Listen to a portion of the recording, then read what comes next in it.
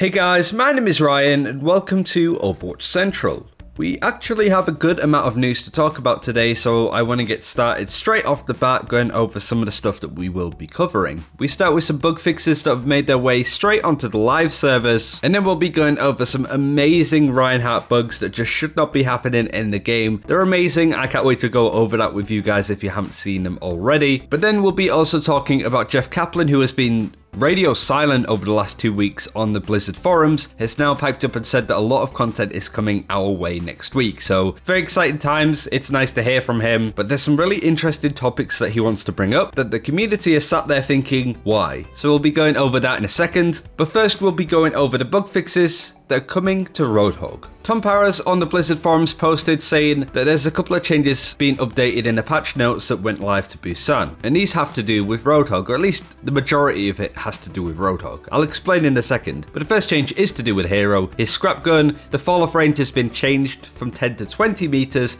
to 15 to 30, and now his alternate fire now has damage fall off 2, which is the exact same parameters as the primary fire. This has a lot to do with Roadhog, who essentially received a nerf because his damage now had fall off, which it didn't before. This meant that it was a net nerf to Roadhog's damage, and because of that the community complained. Roadhog is a hero that really is suffering right now, so this was just another nail into his coffin. So I feel that this is Blizzard trying to rectify that issue, not fixing or buffing Roadhog as such, but just trying to make it a little bit more bearable for this hero, whilst I feel that they're going to think of different options to buff him in the future. So this is more damage control coming in from Blizzard more than anything. It's nice, but Roadhog honestly needs more, I feel. The developer comments say that Roadhog's scrap gun alternate fire didn't have any form of damage fall off, which sometimes made it too powerful against far away targets. And there's also a bug fix in here that has to do with Roadhog, but it also covers heroes like D.Va, Genji, Doomfist, Reaper, and Torbjorn, and it has to do with the weapon spread that we've spoken about in the past. The change isn't a massive one, but it has to do with the weapon spread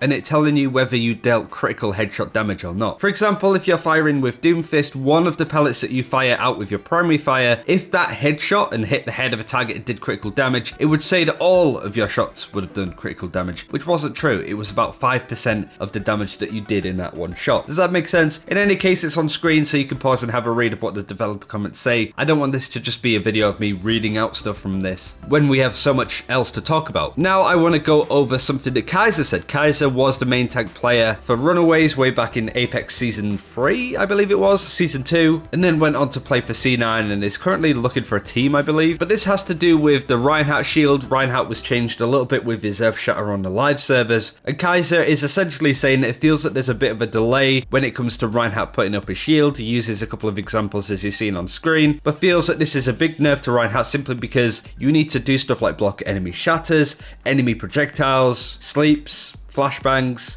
hooks. So having that even 0.1 second delay on Reinhardt putting up a shield could be the difference between winning or losing a match. But it gets better when you look at this tweet that Modern replied. Modern is a main tank player, was for Meta Athena, also well known in the Korean scene. And I'm just not going to say anything, just watch this. 뭐야? 아 보고 있다니까 지금 라인 망치. And yep, that's a double Earthshatter. You'd think that Reinhardt's ultimate couldn't get more buggy, but this is hilarious. I think this is great. It could be a buff in some cases. This is maybe what Baldric would do if he had the two hammers like he did in the animated shot. Rest in peace. But generally, this is just another one of those crazy Reinhardt bugs.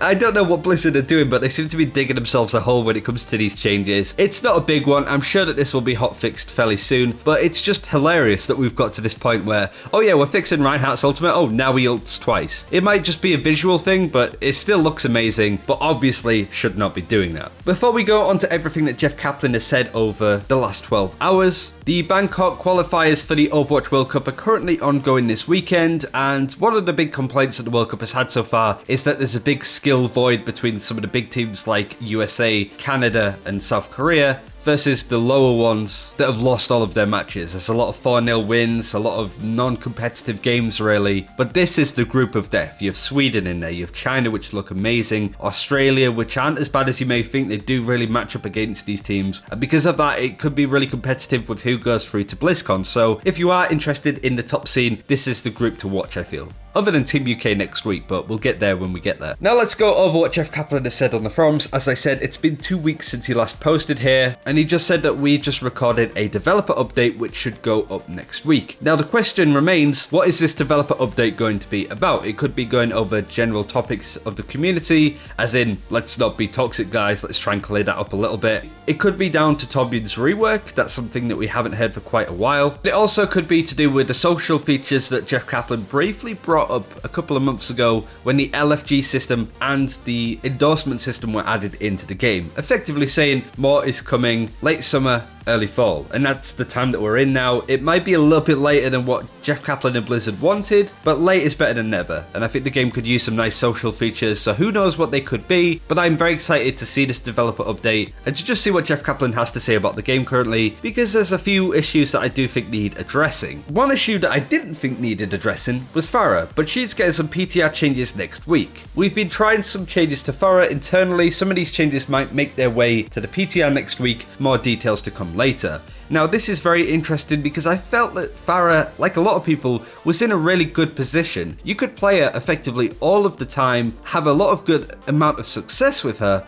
yet she wasn't completely dominant and too strong like some heroes have been in the past. I hate the word situational. You can play PHARAH all of the time, speak to Valkyria about that for example, but she's not amazing all of the time. She has her pros and cons, certainly on different maps and game modes. So the fact that PHARAH may be getting changes wasn't really asked for by anyone, I feel, but I do think that it's going to be surrounding her ultimate, one of her weakest positions. You know, the whole justice reigns for she's dead already, she gets picked out of the air while she's ulted. So it could be a way to cancel the ultimate prematurely, being able to maybe move around a little bit, just some quality of life issues to make this ultimate a little bit better than what it is, because it's too easy to take her out of the sky in a lot of cases, unless you don't see her coming or you can't look up for some reason. Or you play on console, poor guys. But that's everything that I wanted to go over today. Lots of good news coming next week, lots of patch changes, PTR notes, developer updates. New content looks to be coming next week. So if you want to make sure that you keep up to date with that, do like and follow, subscribe, all of that jazz really helps out the channel. Thanks for watching. Have a good weekend, guys.